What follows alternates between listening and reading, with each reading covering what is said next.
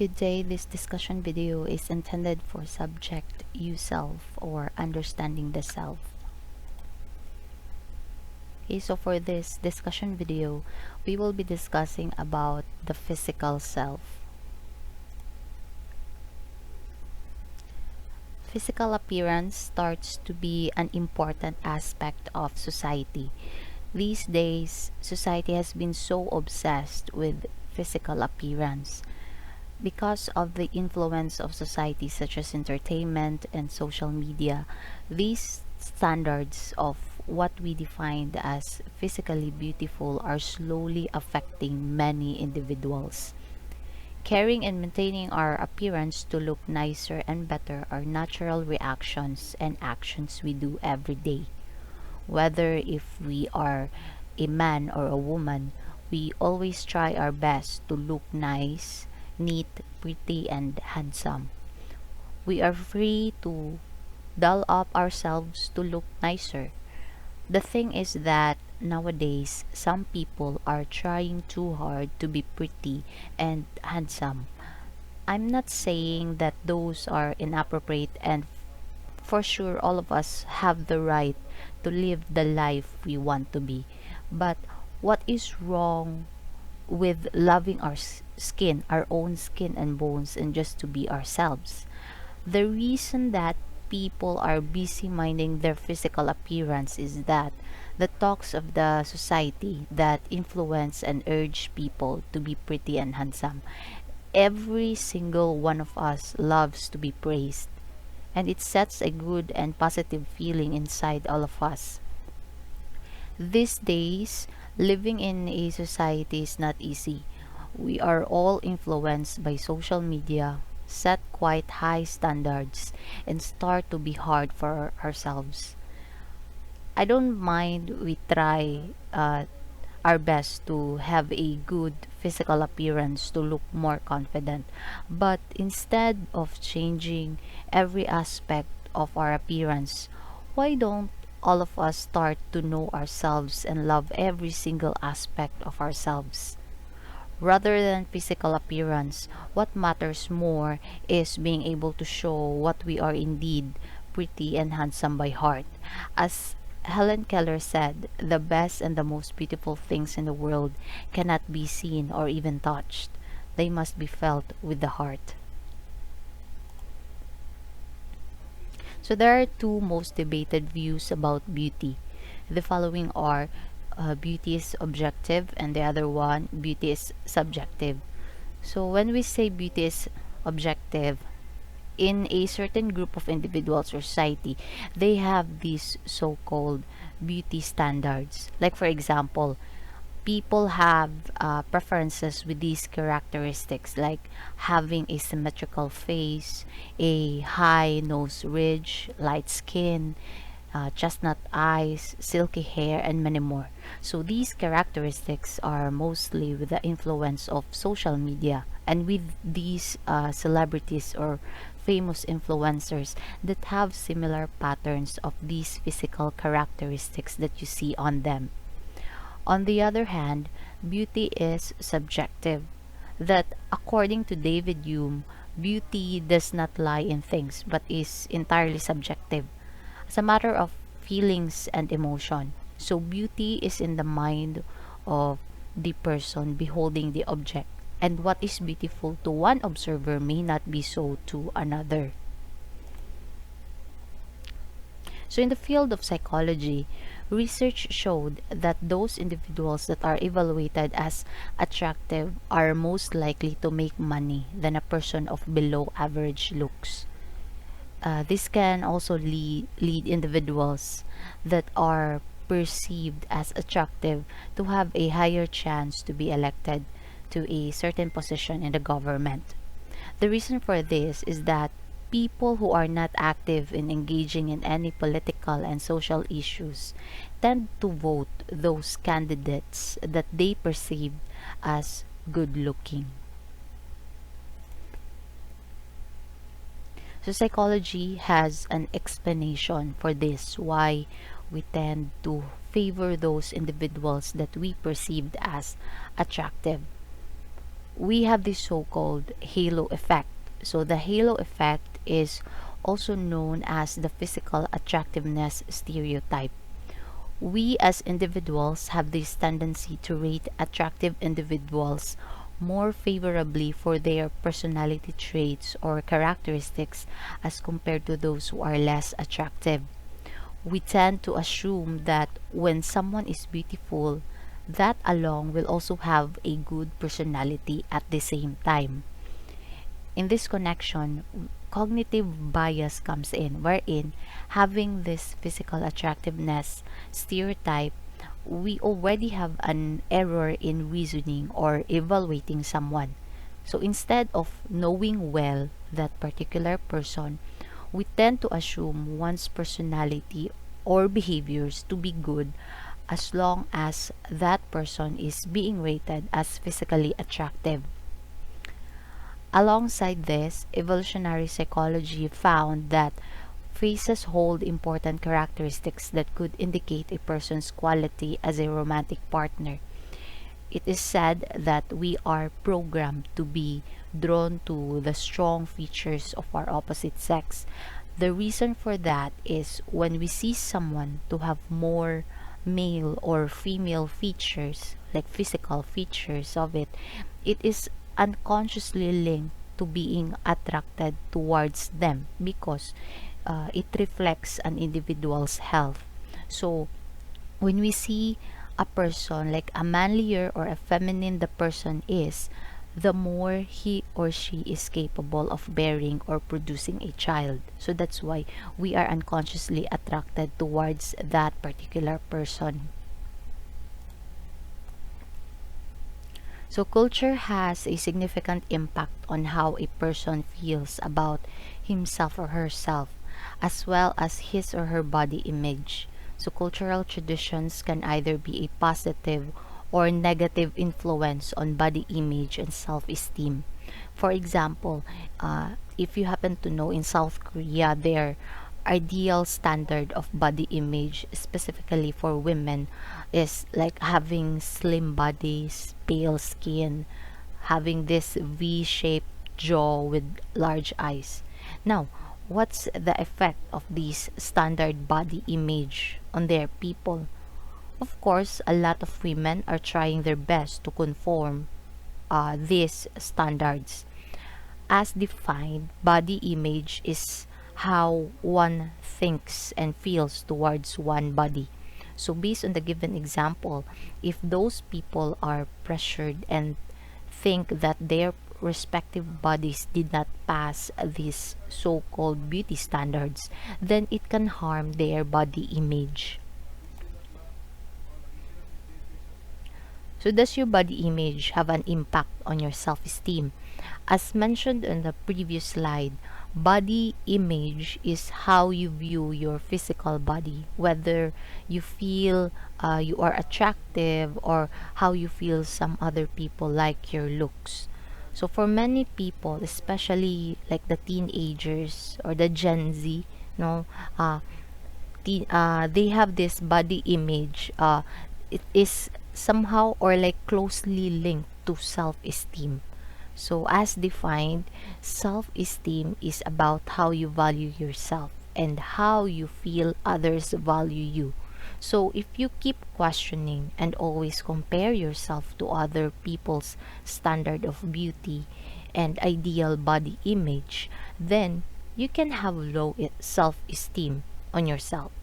On the other hand, if you value and accept your entire self and have the mentality that people should and will accept who you are as a person, then it can lead to a high self-esteem. So I encourage everyone to practice appreciating your own self, the body that you have, to have a positive and high self-esteem. So you must also understand that you need to know the correct definition of physical beauty so that your self-esteem will not suffer. As per the dictionary's definition of beauty, It is the degree to which a person's physical traits are considered pleasing or beautiful. So beauty doesn't solely focus on the external or physical aspects of a person, but rather it tackles more on what's on the inside, like your physical traits, attitudes, personality, and behavior. So I hope that you don't just limit your definition of beauty and always remind yourself that there's more of what we see on the outside. So always appreciate what's the inside, the traits, the personality of the person. Now, so let's move on to our next topic, the sexual self. So before we'll start with our discussion, I would just like to clarify the different topics that we will be discussing in this chapter, no, for the sexual self. So if you're wondering as we go along with our discussion why there's a need for you to know such information of the different subtopics, is that for you to help on assessing yourself and also other people's gender identity, their sexuality, to fully understand the LGBTQ plus community, understanding the human sexual responses, and be informed of the different family planning methods. So it is essential for you at this age to be more knowledgeable of these topics to fully understand the self.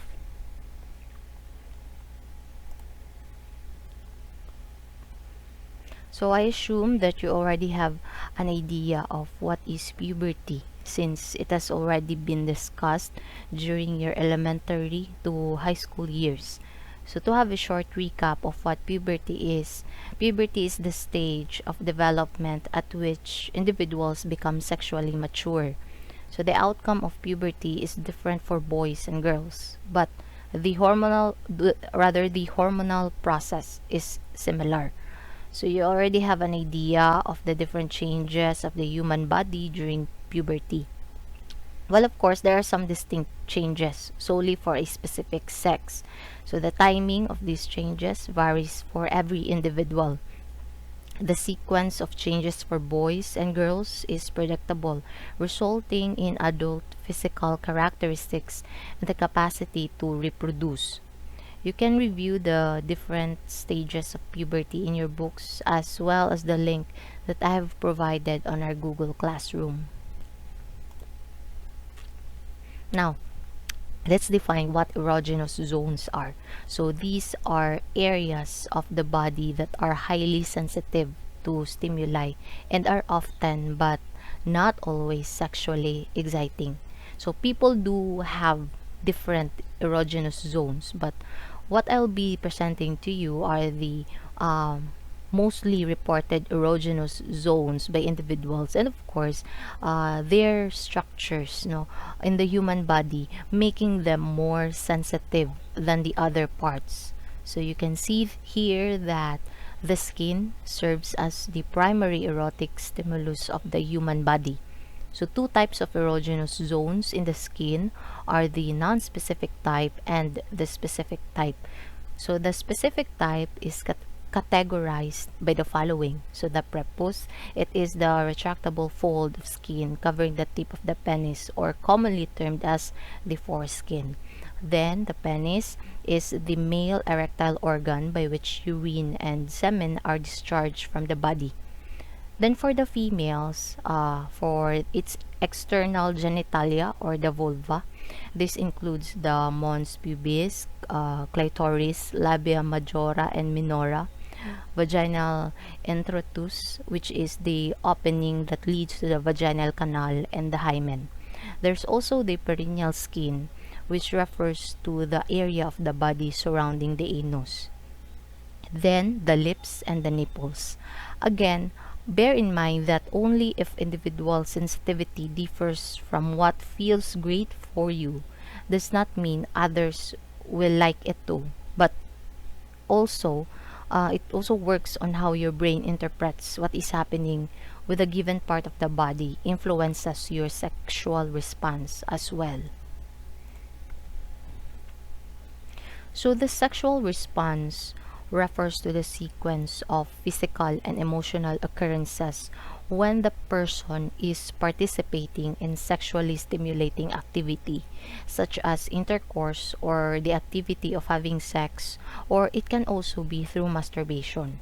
So it is essential to know how the body responds during each phase of the cycle, because it can enhance a couple's sexual relationship and also can help address the cause of sexual dysfunction.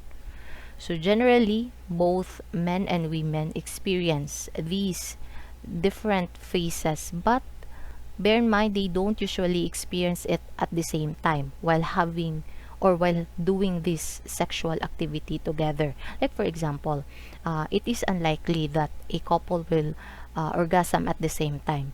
I've already provided the detailed report of the human response cycle. It can also be accessed on your books.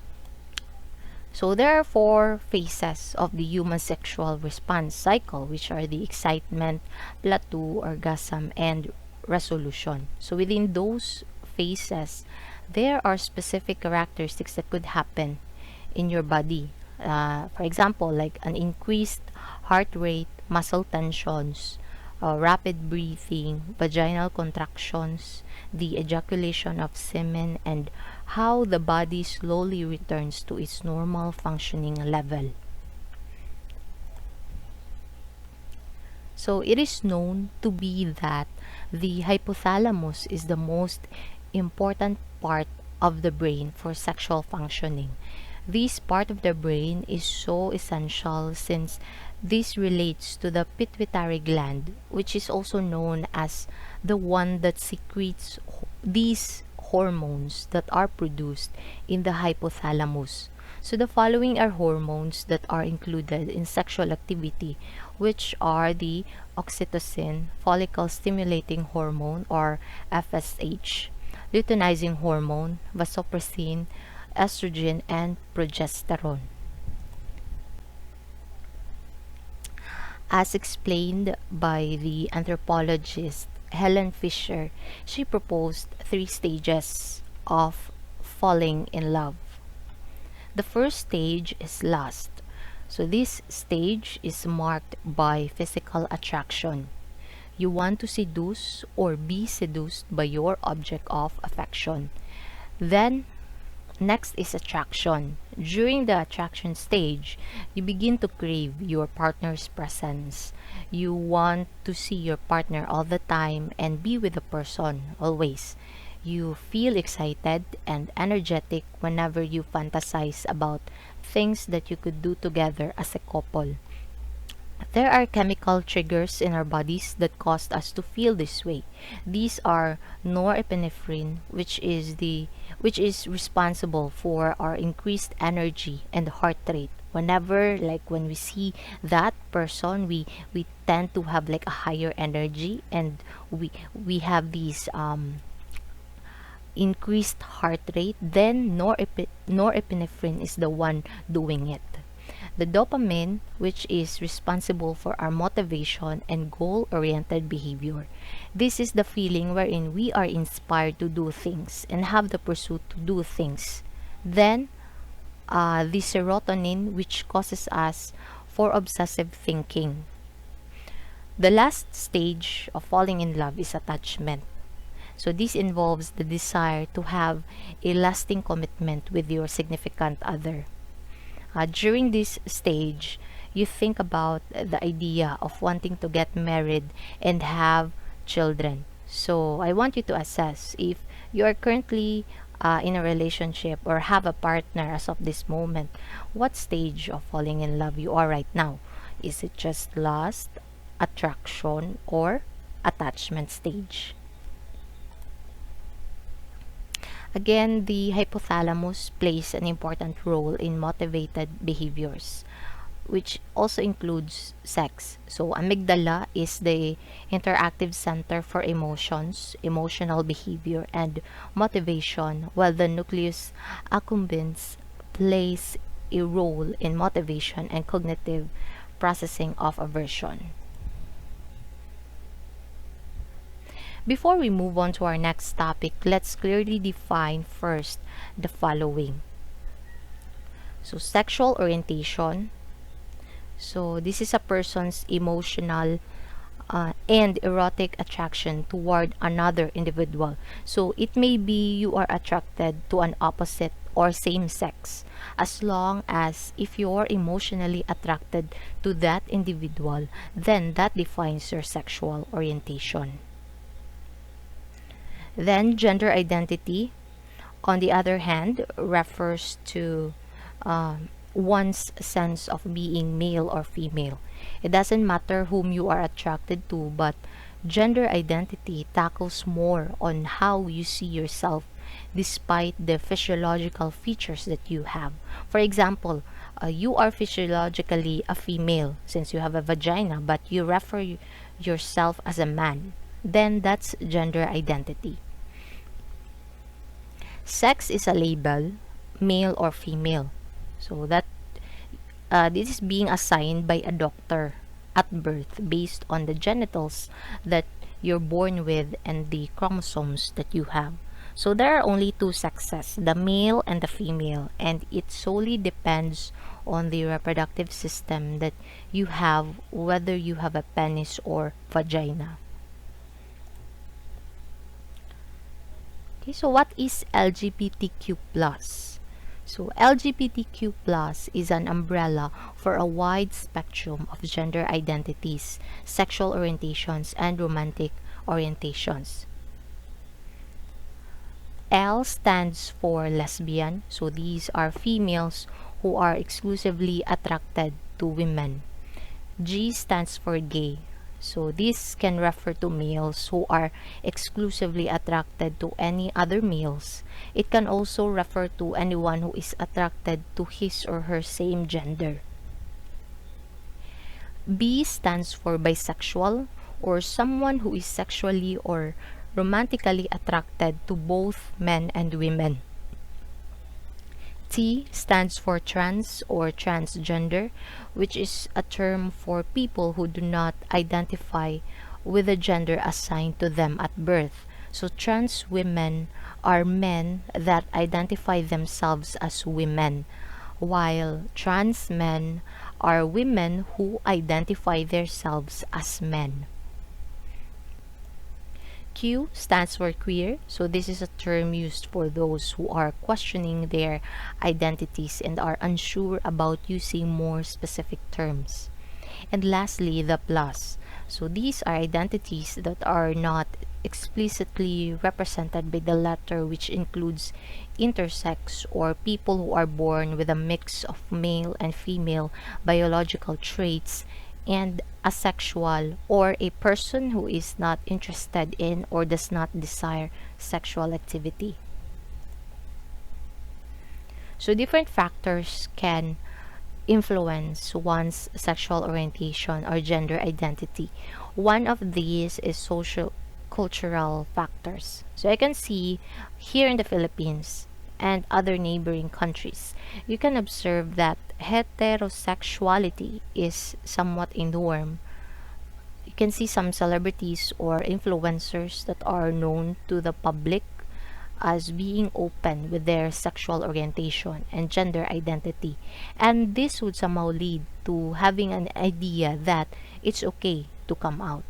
Of course, there are still cultures and other places out there that they do not accept individuals in the LGBTQ plus community. It is somehow considered to them as taboo. But if you're a person being is exposed to people that are widely accepted and appreciated, then this can lead also on your part to not be afraid to come out of who you are as a person. So research shows that there is a high correlation of those large cities to provide a friendlier environment for same gender interest to develop and be expressed compared to those in the rural areas. So another important influence is from our families, on which how we were being raised, and our upbringing towards developing gender identities. It depends on the parents or guardians if they were strictly based on gender stereotype roles, or in contrast, they may be more neutral towards it. And these kinds of parenting styles can greatly affect the child as he or she grows up, and how she will handle his or herself in showing her true sexual orientation or gender identity. So STD stands for sexually transmitted diseases. So STD is a disease or infection acquired through sexual contact, where the organism that causes STD are passed on from person to person in blood, semen, and vaginal or any bodily fluids. No, so it can be transmitted by mother to infant during pregnancy, blood transfusion, people sharing needles for injection, and later on we will be discussing also ways on how to practice safe sex to prevent STD. So here in the Philippines, a law is created, which is the Responsible Parenthood and Reproductive Health Act of 2012, or RA number 10354, or known as Reproductive Health Law, or RH Law. So it is a law in the Philippines that guarantees access to contraceptive methods such as fertility control, sexual education, and maternal care. I've already given also you a copy of the detailed discussion of what the RH law is all about. Now it is essential to be aware of the various family planning methods to help couples avoid unintended pregnancies and reduce the spread of sexually transmitted diseases. This is also important to you, students, at this point of your lives, to be more knowledgeable regarding this matter, especially if you happen to be sexually active. It's better to always have safe sex, or better to have abstinence or not having sex if on your end, if you're still not ready to face the unexpected consequences. So family planning can be categorized into two types: natural family planning and artificial family planning method. So kindly go over the detailed features of each method uh, that that I will be posting on our Google Classroom. Okay, so that ends my discussion for this particular topic, and I hope that you have learned something from this video. So if you have questions or concerns, you may contact me through my UB Facebook account. So thank you so much for your attention.